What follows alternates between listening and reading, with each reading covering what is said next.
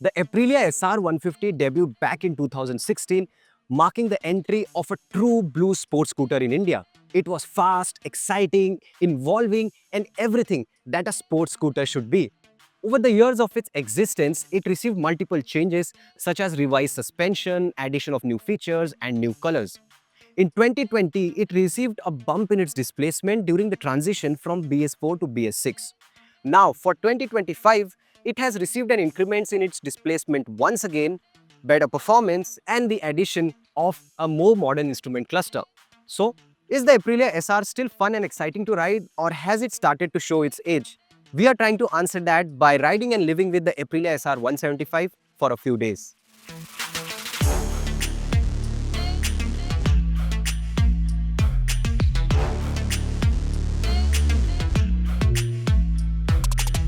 The most significant change has come in the form of a bigger 175cc 3-valve air-cooled engine, which gets a bigger bore as compared to its predecessor. As a result, it produces roughly 2 bhp and 1 Nm more at 13 bhp and 14.1 Nm. The CVT transmission system remains the same. I'm happy to tell you that it continues to be a very characterful and involving engine. It delivers punchy acceleration, especially at city speeds, sounds very throaty and dramatic, and shows fair bit of refinement even at speeds like 90 or 100 kmph. The SR175 is quick to shoot off the line, and the roll-on acceleration is equally brisk. Whether you are at 30 or 70 kmph, just roll on the throttle generously and the SR175 feels urgent to charge ahead. That makes overtaking in the city quite easy and fun. Barring the mild buzz on the floorboard at lower speeds, it is almost deprived of any vibrations on the handlebar or seat, even at speeds of 90 to 95 kmph. The hardware of the SR175 remains the same as its predecessor, with a 14-inch alloy wheels which ride on 120 section tires and are suspended by telescopic forks and a monoshock. The scooter continues to feel almost like a motorcycle in terms of handling, with its agile yet composed mannerism. It doesn't feel as flexible as most scooters due to its relatively larger wheels and wider tires. However, changing directions or carrying good lean angles is confidence-inspiring, with the scooter feeling taut and stable. Backing that up is the brilliant front brake, which delivers strong bite and good lever feel, with the ABS not feeling overly intrusive. Even the rear drum brake offers adequate amount of bite and progression. As good a scooter as the SR175 is in terms of engine performance, handling and braking, comfort and practicality are not its strongest suits. The seating position, for example, is upright, but taller and heftier individuals will be left wanting for more space on the seat. The forward sloping and step design of the seat restricts much movement while riding, and you'll be constantly moving back and forth to find that sweet spot, that comfortable position. Similarly, the floorboard, it has minimal space, and if you wear size 11 or 12 size boots, you won't have much space to move your feet around, and there is barely any space left to carry something. You can maybe carry just a small backpack. So if you're planning to buy the SR175, these are some of the traits you'll have to get used to. The lack of comfort continues in terms of ride quality.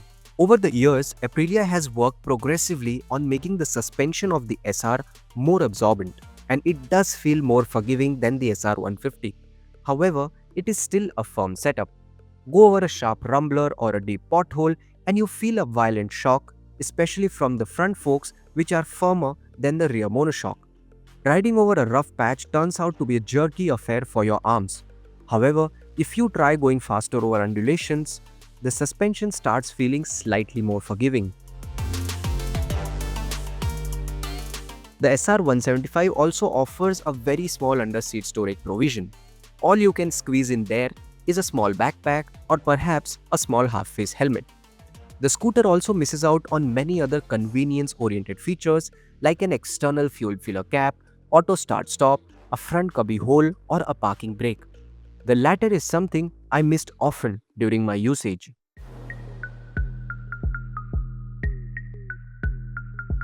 The SR175 might not be the most practical or comfortable scooter, but the new instrument cluster is very impressive. So Aprilia has equipped it with a full color TFT screen which looks like the same hardware as on the RS457 and the 210457, but the theme and the layout in which the information is displayed is different.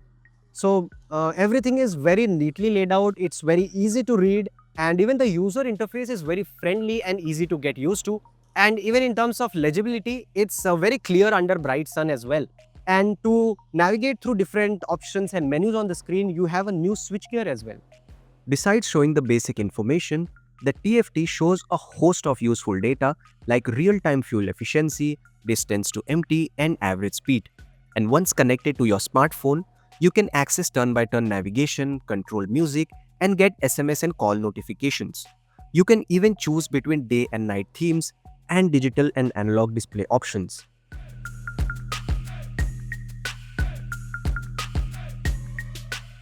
Aprilia hasn't changed the scooter visually, and we are not complaining because it still looks modern and handsome. The overall combination of large 14-inch wheels and edgy body panels go well with its sporty persona. Although it doesn't attract a lot of attention on the road because most people have become familiar with the design, it still looks different, bigger, and more imposing than most scooters on the road. Complementing the admirable design are the quality levels, which leave no room for complaint. All the body panels are well put together and there are no uneven gaps to be found. Even the quality of plastic is good throughout, and you might never hear any strange rattling or squeaking noise coming from the scooter.